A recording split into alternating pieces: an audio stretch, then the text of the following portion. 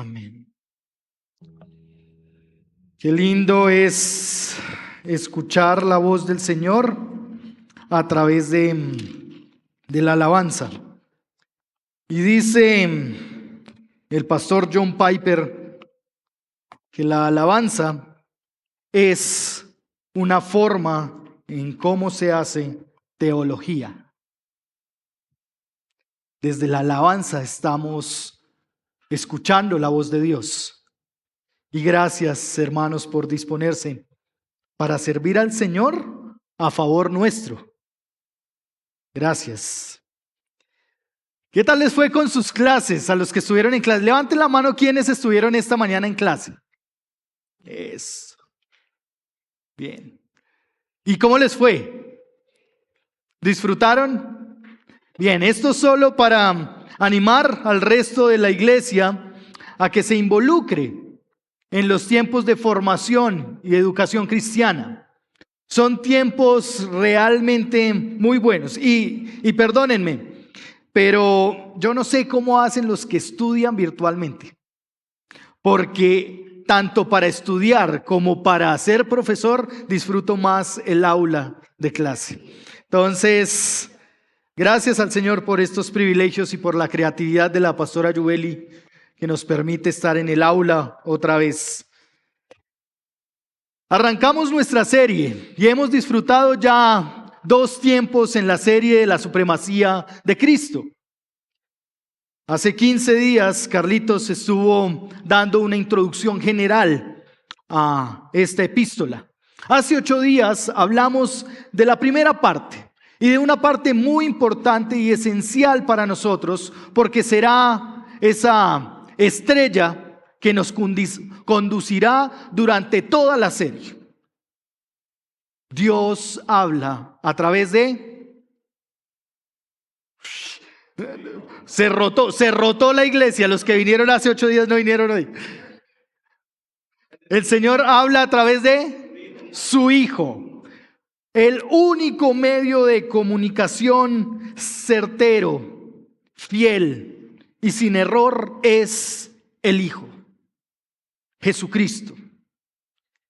Hoy estaremos versículos 5 y hasta el 14. Y vamos a abrir la palabra del Señor para que leamos juntos. He titulado esta exposición de la predicación, esta exposición de la palabra del Señor, ¿qué dice Dios? ¿Qué dice Dios? Entonces, cuando empecemos a leer esta porción de los versículos 5 y al 14, usted vaya respondiendo en su mente esa pregunta. ¿Qué dice Dios? ¿Está bien? Capítulo 1, versículos 5 y hasta el 14.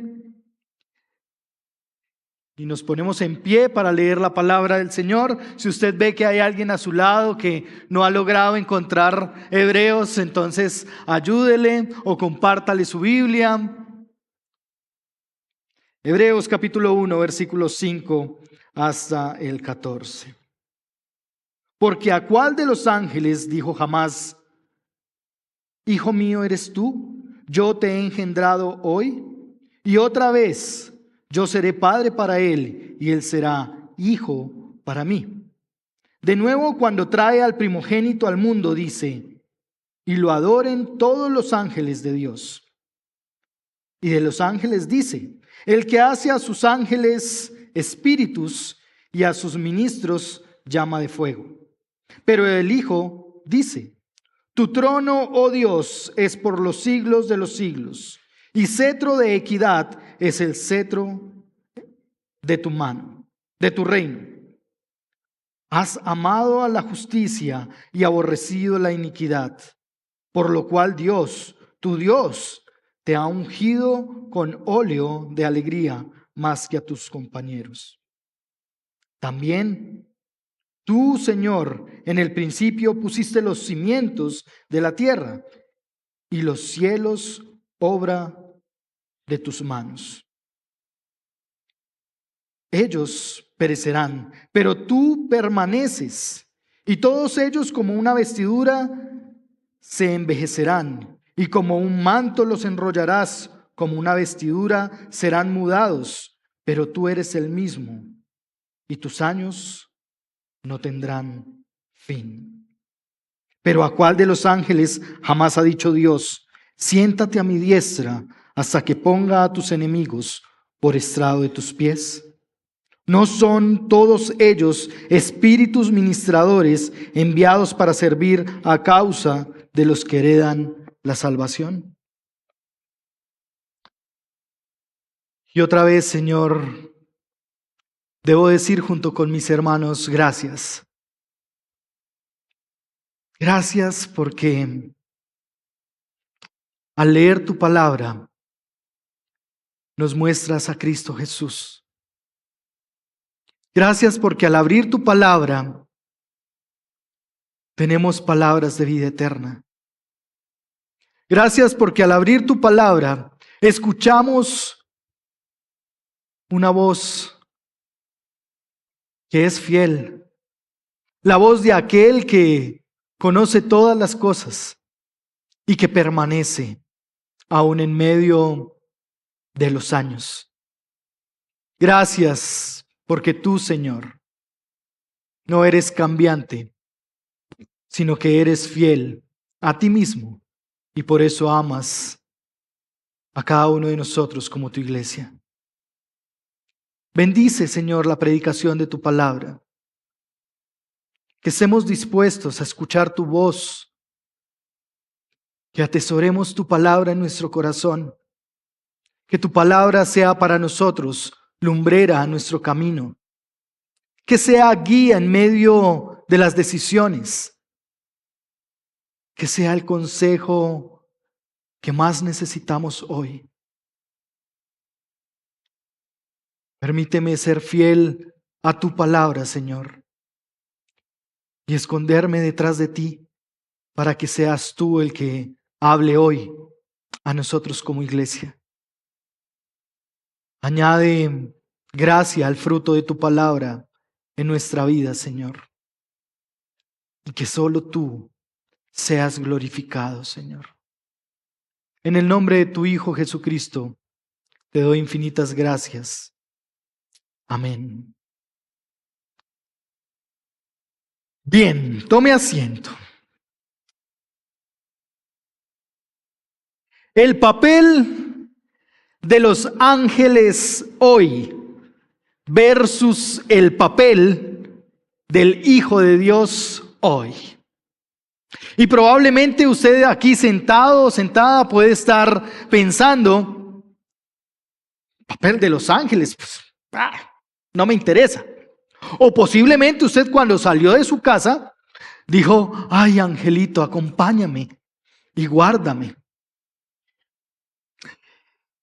Lo que se cree de los ángeles hoy, y puede sonar para usted locura, pero es una realidad en medio de la que estamos. Los espíritus celestiales son muchos.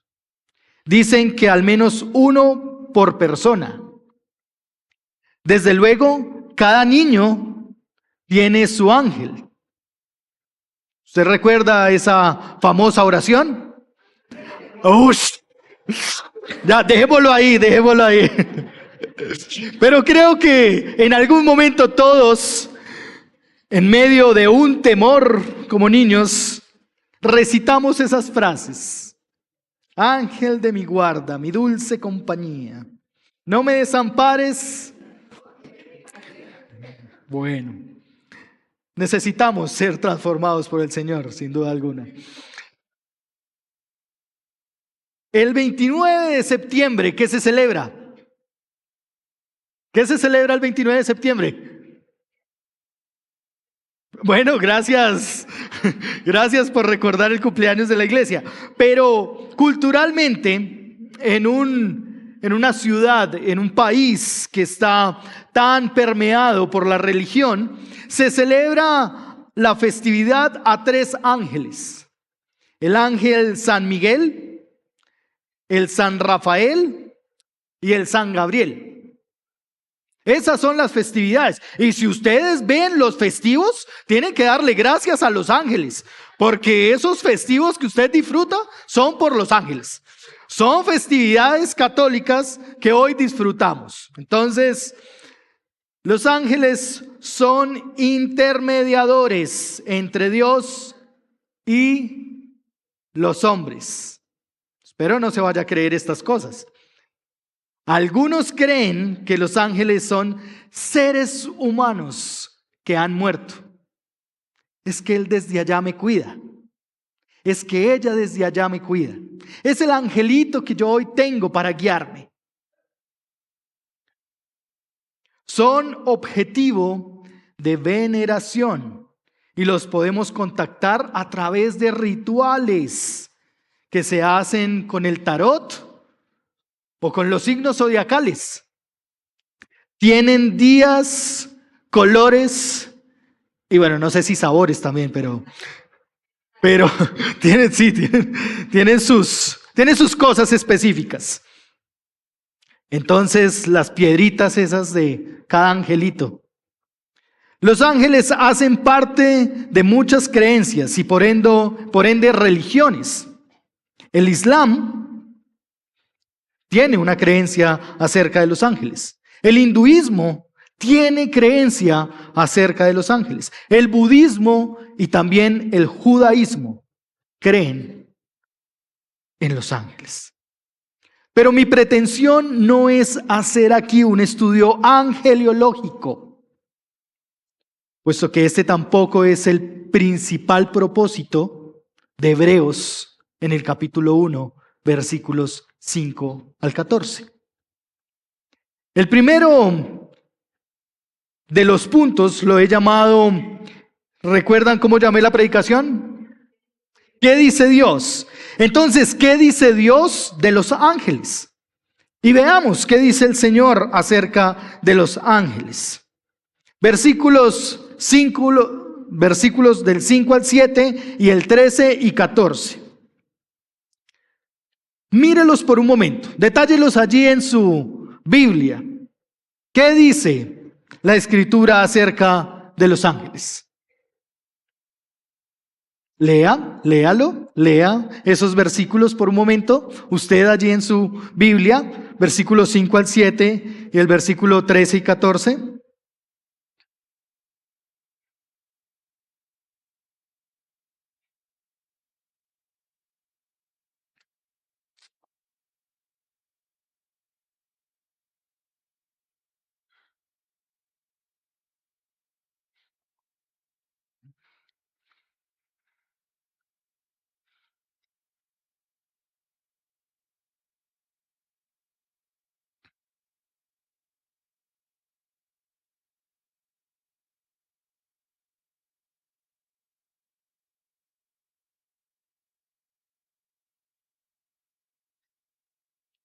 Y uno después de leer esos versículos dice, pero es que no dice nada.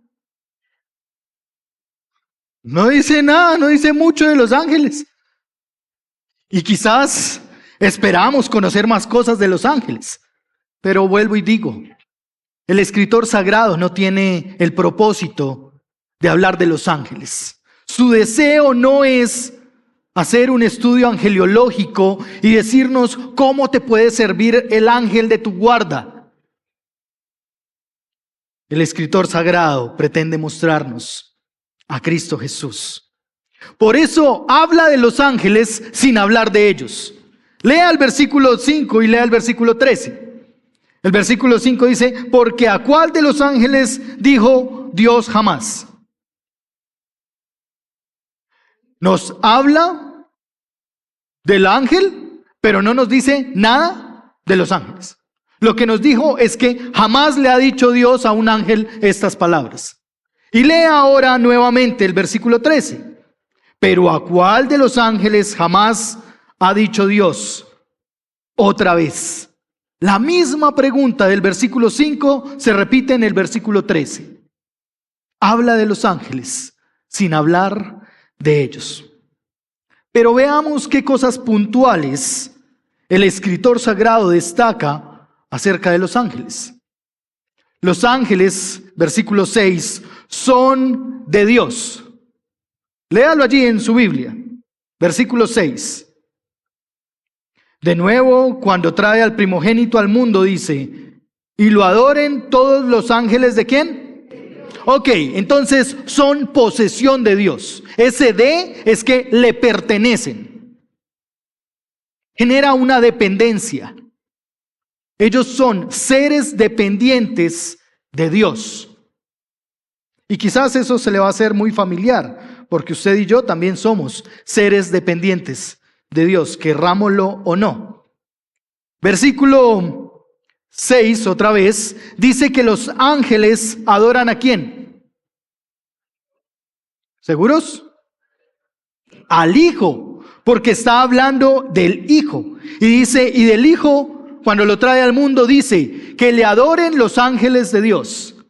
Es decir, son seres creados por Dios para la alabanza del Hijo de Dios. Salmo 97, en el versículo 7, afirma nuevamente esto.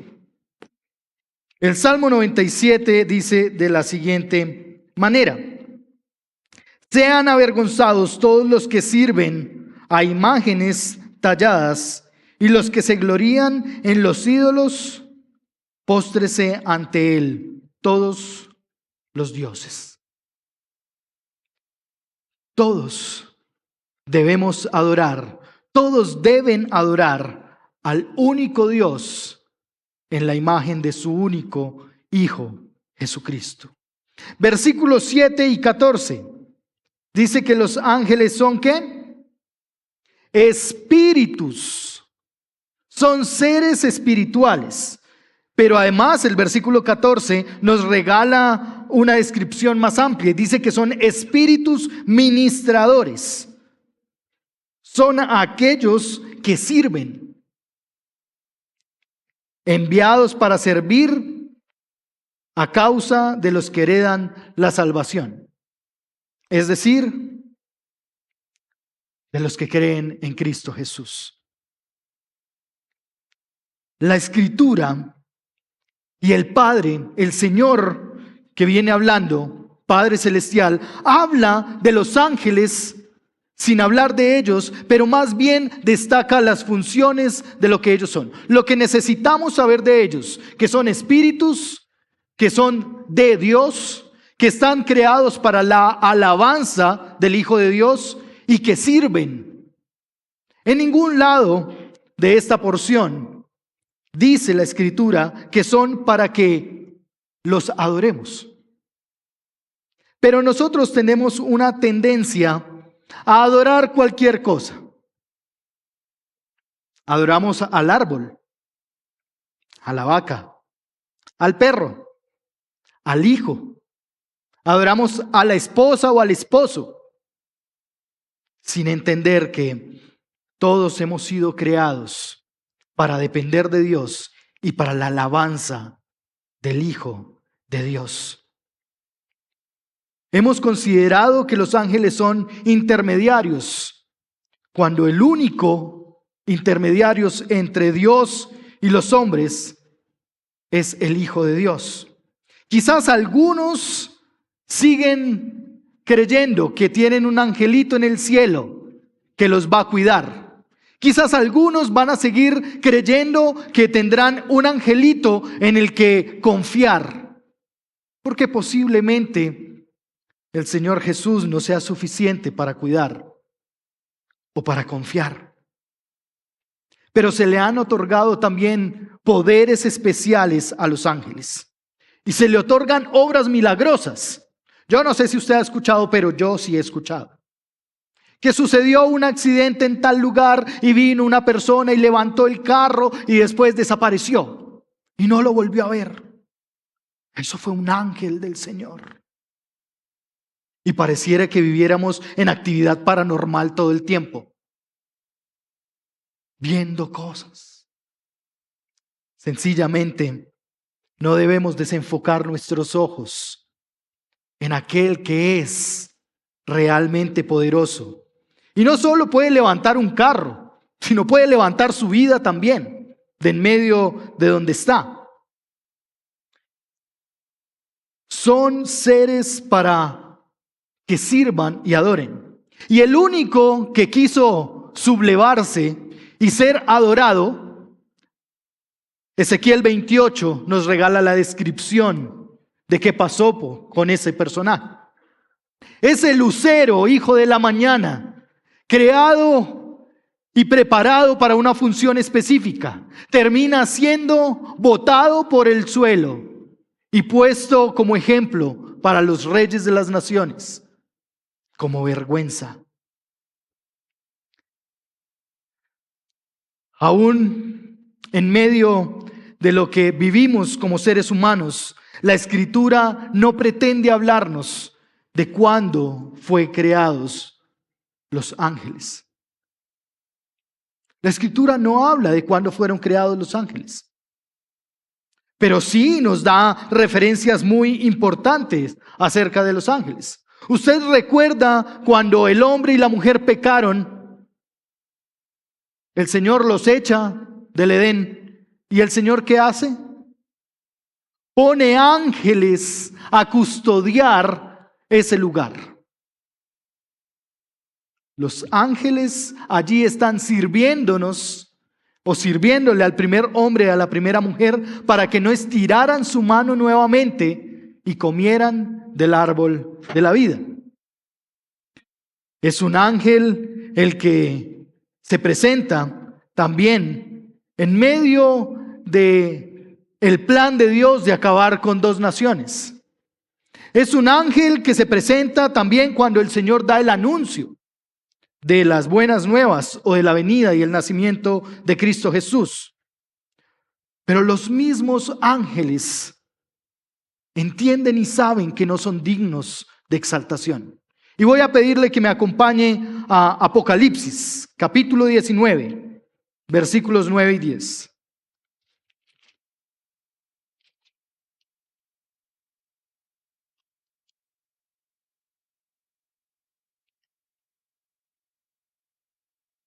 Apocalipsis 19, versículos 9 y 10.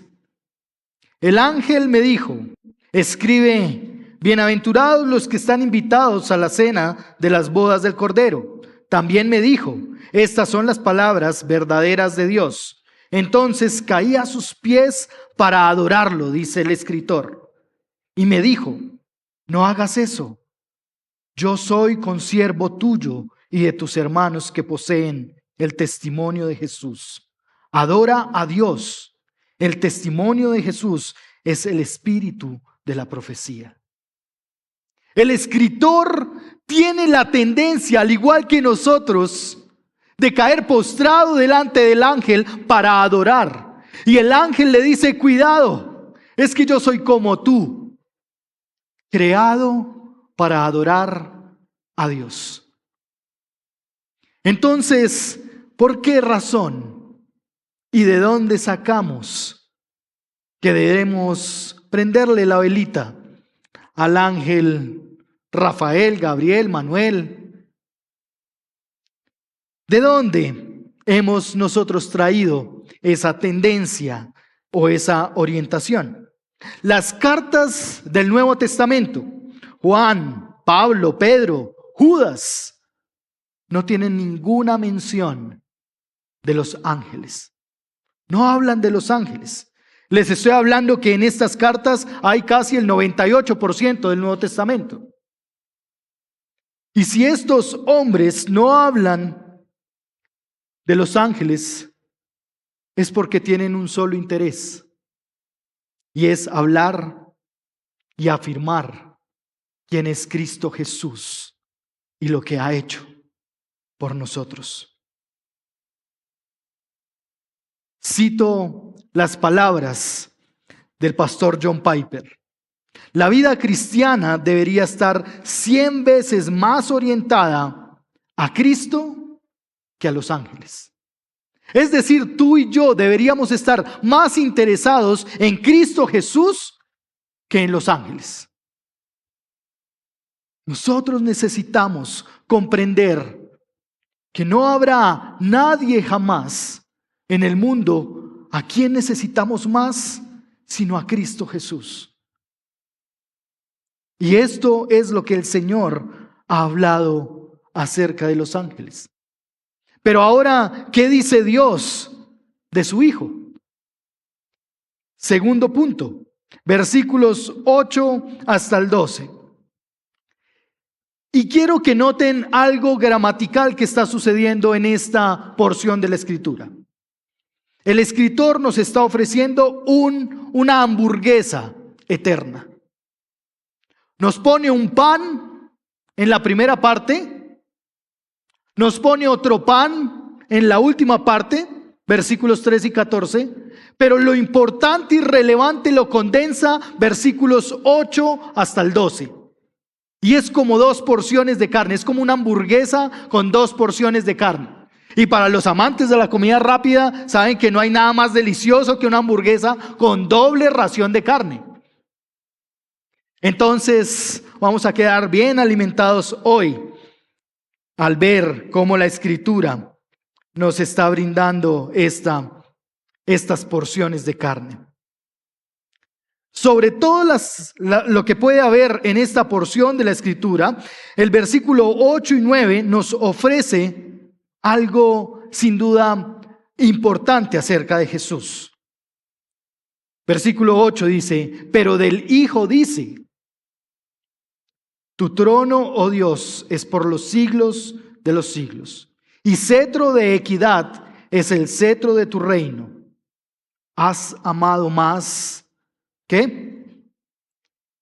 Y aborrecido la iniquidad. Cristo Jesús es el que gobierna. Está hablando del gobierno de Cristo Jesús sobre la tierra. Del gobierno de Cristo Jesús con su cetro de equidad. Y hágase la figura de Cristo Jesús como aquel que está soberano por sobre todas las cosas. Como aquel que es supremo, como aquel que está en la supremacía de todas las cosas. Y su cetro es de equidad. Y allí nos presenta entonces el autor a quien gobierna todas las cosas en este mundo. Aquel que no tiene un partido definido para él. Aquel que no tiene intereses o aquel que no debe favores. Aquel que no está esperando sacar ventaja o una tajada de su ejercicio, sino que gobierna con rectitud y equidad. Además, un reino donde no caduca cada 4 años y nos deja a nosotros pensando qué vamos a hacer. Este es un reino que se mantiene por los siglos de los siglos. Que aún puede estar cualquier gobernante de turno, pero él seguirá gobernando sobre ese gobernante. Y puede ser que tú pienses hoy, yo le di mi voto a tal gobernante y me ha desilusionado. Pues déjame decirte, tú tienes que confiar no en el gobernante de turno, sino en el Señor que gobierna con equidad. Aquel Señor que gobernará por los siglos de los siglos. Aquel Señor que sabe gobernar. Aquel que no tiene intereses propios en su gobierno. Aquel que no está esperando que alguien lo beneficie con algo o está escondiendo sus pequeñas dificultades. El reino en el que el Hijo de Dios gobierna, en ese reino se promueve el amor y la justicia. Vea el versículo 9. Mire qué dice el versículo 9. Nuestro gobernante ama la justicia y aborrece ¿qué? La iniquidad, la maldad. Este gobernante es digno de confianza. Este gobernante es digno de asombro. El amor a no darle a los hijos lo que se merecen. Así gobierna nuestro Señor. Amando, no dando a sus hijos su merecido. Él gobierna amando sin responder a sus compañeros con la misma moneda. Nuestro gobernante gobierna amando para no para no darle a alguien su merecido, sino para poner más bien su mejilla aun cuando sea maltratado. En el gobierno del Señor Jesús, del Hijo de Dios, cuando somos ultrajados u odiados por seguir a Cristo Jesús, entonces el Señor nos ve como bienaventurados. Es el único gobierno donde el amor camina otra milla. Es el único gobierno donde no se espera y no se tiene grandes ilusiones con la humanidad. El gobierno en el que el Hijo de Dios gobierna cuida las relaciones familiares en el proyecto divino de Dios. El gobierno en el que el Hijo de Dios está con su cetro cuida las relaciones laborales, ama a los que lo odian y recuerda que tú y yo no somos ciudadanos de este reino, sino que estamos con una cédula celestial de la morada que el Señor ha hecho para nosotros. Pero si no sabemos cómo vivir el reino de Dios hoy y ahora, no sabremos cómo comportarnos en el reino de Dios futuro. Si no sabemos amar al que nos odia, no sabremos cómo estar delante del Cordero de Dios, adorándole, pero mirando a aquel que nos hizo algo de reojo y con el resentimiento. En el reino de Dios, donde el Hijo de Dios gobierna, hay amor, comprensión y ternura. Hay verdad, hay perdón, hay honestidad, hay esperanza. Pero el Señor dice allí y nos habla de su gran amor, nos habla de su gran bondad, de su misericordia, pero la otra parte no la podemos dejar de lado. Y es cómo Él aborrece la maldad y cómo Él aborrece la iniquidad. Es decir, el Señor sí es amor, el Señor sí es esperanza, el Señor sí es perdón, sí es cuidado. Pero el Señor no quiere en su reino maldad ni iniquidad, porque la aborrece, la detesta, le causa comezón. Y con lo que tú y yo podemos comulgar de la maldad, el Señor dice claramente en su palabra que Él la aborrece. No hay espacio para la maldad en el reino en el que el Hijo de Dios gobierna. No hay espacio para cavilar maldad. No hay espacio para pensar cómo hacer lo malo. No hay espacio para hallar estrategias y mentir.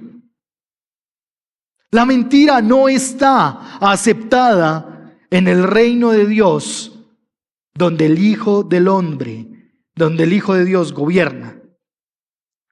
No está aceptada los negocios debajo de cuerda.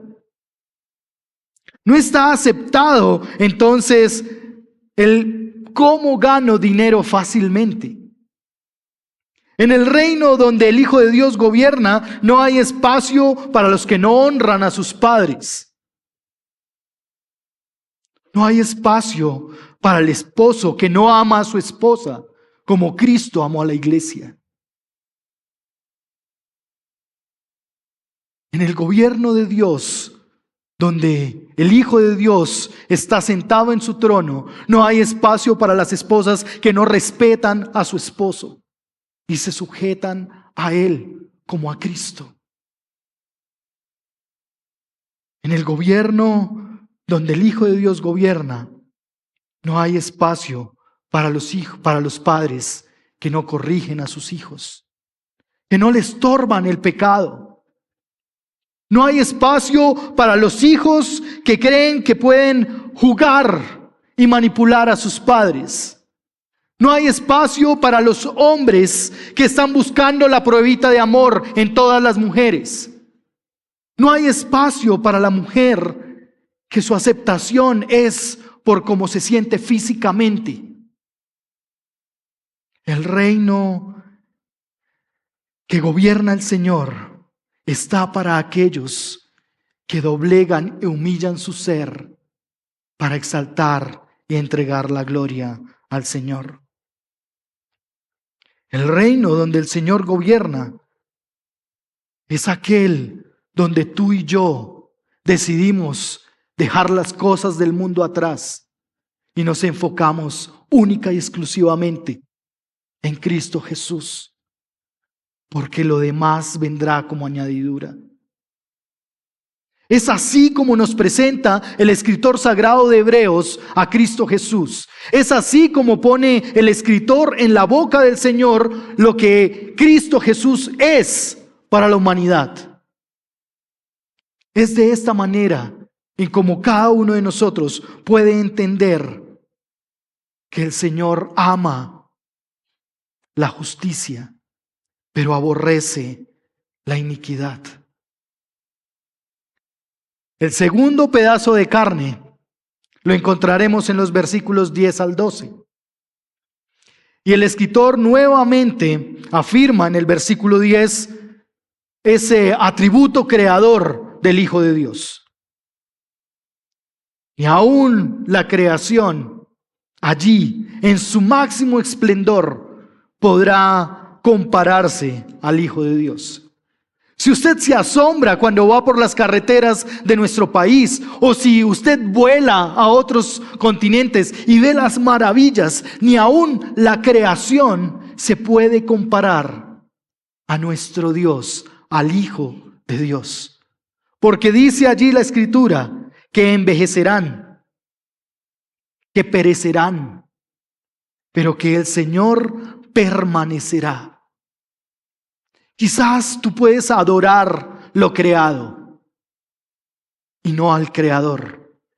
Y te envejecerás y perecerás con lo que adoras. Pero al adorar al Creador, permanecerás y vivirás la vida eterna. Lo creado se envejece, cambia. Pero el Señor en el versículo 11 nos muestra que Él seguirá siendo el mismo ayer, hoy y por los siglos de los siglos. Allí nos muestra que aun cuando el Señor tome la decisión de enrollar la creación nuevamente para guardarla, Él permanecerá siendo el Señor. Que aun cuando tu trabajo se acabe, Él permanece siendo el Señor. Que aun cuando tus hijos decidan tomar otras decisiones que no honran al Señor, Él permanece siendo el Señor. Que aun cuando tu esposa no te ame, que aun cuando tu esposa no te respete, que aun cuando la humanidad se pierda en sus deleites, el Señor permanece siendo Señor. Que aun cuando has orado 1 y 1000 veces por tus enfermedades y no te curas, el Señor permanece siendo Señor. No podemos tratar al Señor con nuestro estado de ánimo actual. No podemos determinar el carácter del Señor por cómo nos levantamos hoy. Y como el día está gris, estoy medio triste. Y es que el Señor como que hoy no me escucha. Él seguirá siendo el Señor en medio de las realidades que vivimos. Él no tiene fin. Su verdad no caduca. No tiene fecha de vencimiento. Versículo 12. Y como un manto los enrollarás. Como una vestidura serán mudados. Es decir, el Señor cambiará lo que vemos y hará algo nuevo, donde ya sabemos que no tiene cabida y donde ya sabemos que sí tiene cabida. El Señor hará una nueva creación para nuevas creaciones, para nuevas criaturas, no para el que sigue en su antigua manera de vivir, no para el que sigue caminando en su antiguo pecado o en sus harapos.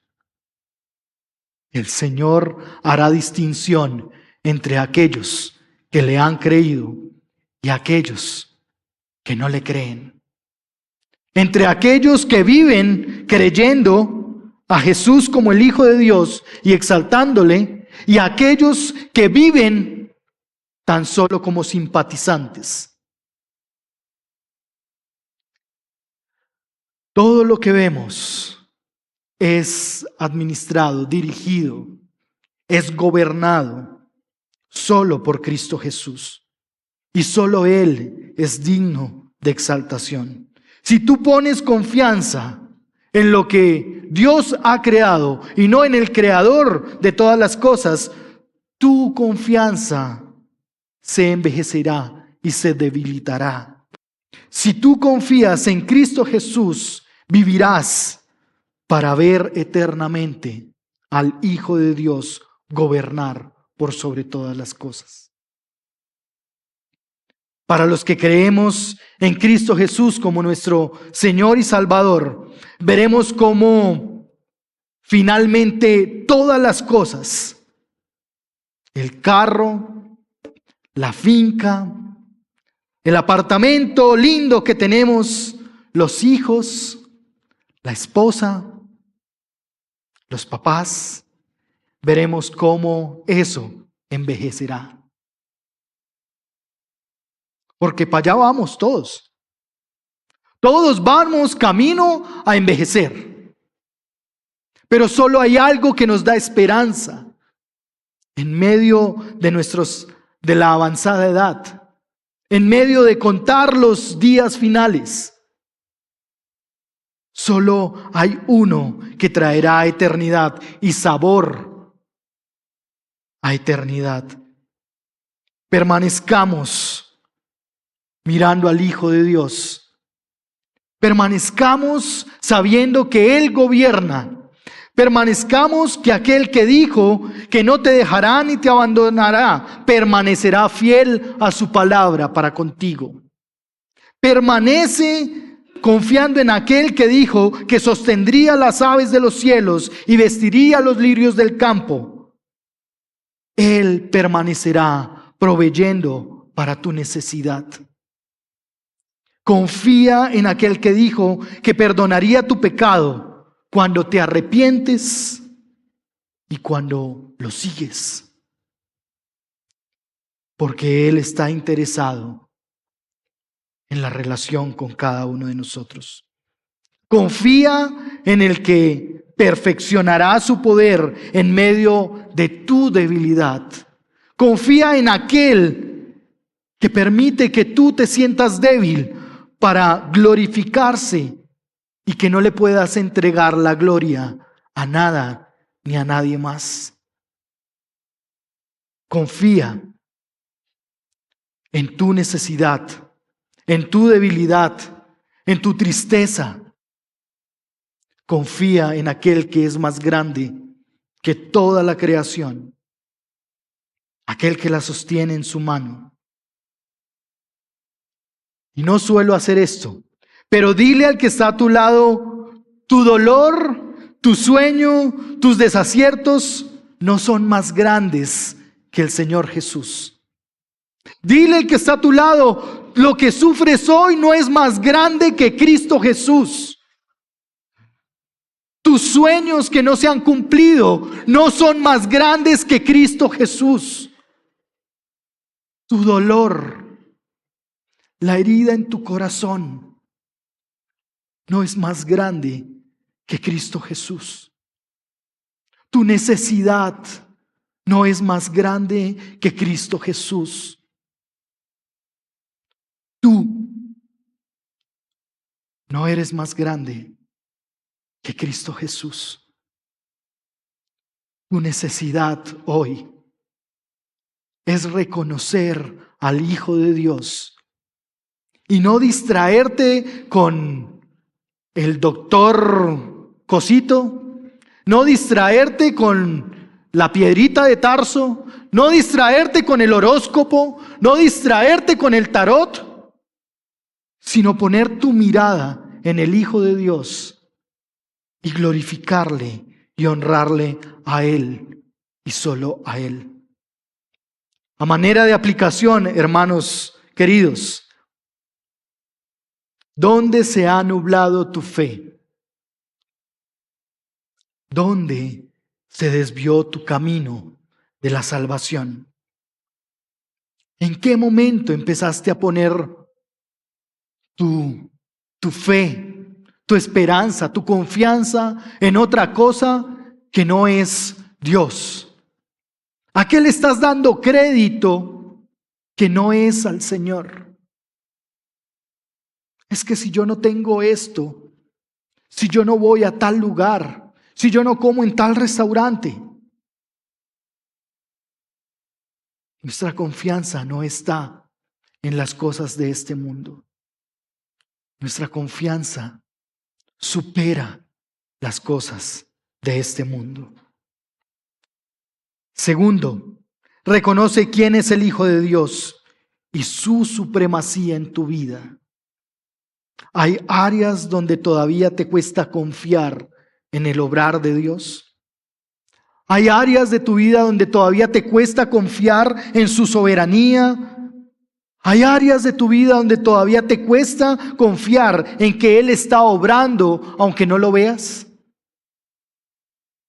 Y por un momento cierra tus ojos. Olvida a la persona que está a tu lado. Inclina tu rostro y no te distraigas. Piensa por un momento. ¿En qué momento te distrajiste? Quizás cuando empezaste a trabajar y a ganar algo de dinero. Y quizás fue el dinero el que te atrajo más que el saber que la provisión del Señor estaba ahí. Quizás el anhelo de tener un gran futuro o de dejar un futuro prometedor para tus hijos. Quizás tu anhelo por ser el mejor, pero no has ido a la cola para servir. ¿En dónde te desviaste de mirar a Cristo y solo a Cristo? ¿En dónde se desvió tu fe del Hijo del Señor?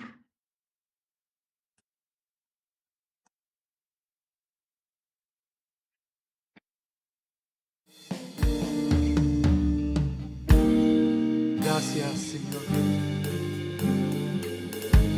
Gracias porque tú hoy nos has hablado una vez más de quién eres tú. Y gracias porque en tu palabra se hace evidente que eres superior a lo creado. Que aún eres superior a aquellos que no vemos, pero que todos están allí adorando y exaltando tu nombre. Que aún los ángeles dicen: Santo, Santo, Santo es el Cordero de Dios. Señor, gracias porque nuevamente nos muestras a Cristo Jesús y su poder y su bondad, y nuevamente nos hablas a través de Él al decirnos, Señor, que no solo sostiene la creación, sino que llegará un momento donde mudará la creación para hacer una nueva creación con nuevas criaturas. Gracias por llevarnos a evaluar nuestra vida hoy. Si realmente andamos como nuevas criaturas, como hijos amados, si realmente nos conducimos como hijos tuyos, o tan solo como aquellos que simpatizan contigo, como aquellos que tienen relaciones quizás un poco diplomáticas contigo. Señor, tú conoces todo de nosotros. Tú conoces nuestro levantarnos y nuestro acostarnos. Sabes en dónde hemos depositado nuestra confianza. Sabes, Señor, cuando te hemos hecho más pequeño a ti para poner nuestra confianza en el dinero, en el poder, en nuestras familiares, en nuestro trabajo. Perdónanos, Señor. Tú has dicho que toda rodilla se doblará y toda lengua confesará que Jesucristo es el Señor. Y hoy nosotros, Señor, una vez más nos arrepentimos de nuestro pecado. Nos arrepentimos de poner cosas y personas en el lugar que te corresponde a ti, en el lugar del gobernador del mundo, del gobernador de esta ciudad, del gobernador de mi vida. No permitas, Señor, que como hijos tuyos no te permitamos entrar a áreas de nuestras vidas. Permea toda nuestra vida, Señor. Permea todo lo que somos. Entra y limpia nuestro corazón. Entra tú, Señor, y renueva nuestra forma de pensar. Entra tú, Señor, y modifica con tus valores. Modifica tú con tus principios nuestro ser. Te necesitamos, Señor.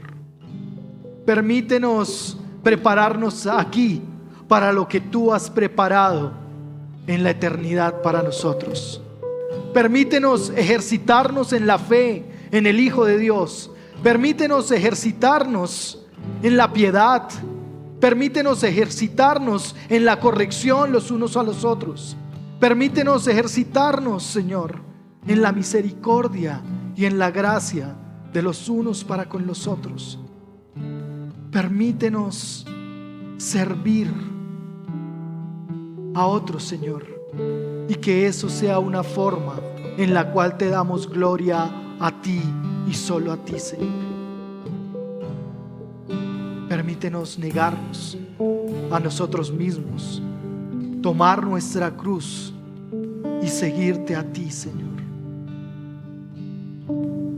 Te lo rogamos y te lo suplicamos y te damos gracias por la esperanza que tenemos al tener a Cristo Jesús como aquel Cordero que se entregó en la cruz por nosotros. Gracias porque es una esperanza redentora, porque es una esperanza que nos afirma, porque es una esperanza que nos transforma, porque es una esperanza que nos da y nos capacita para vivir el día a día y el presente y saber que el futuro será prometedor, no por nuestras capacidades, sino porque el Señor gobierna. A ti la gloria, Señor. A ti la honra, hoy y por los siglos de los siglos. Amén.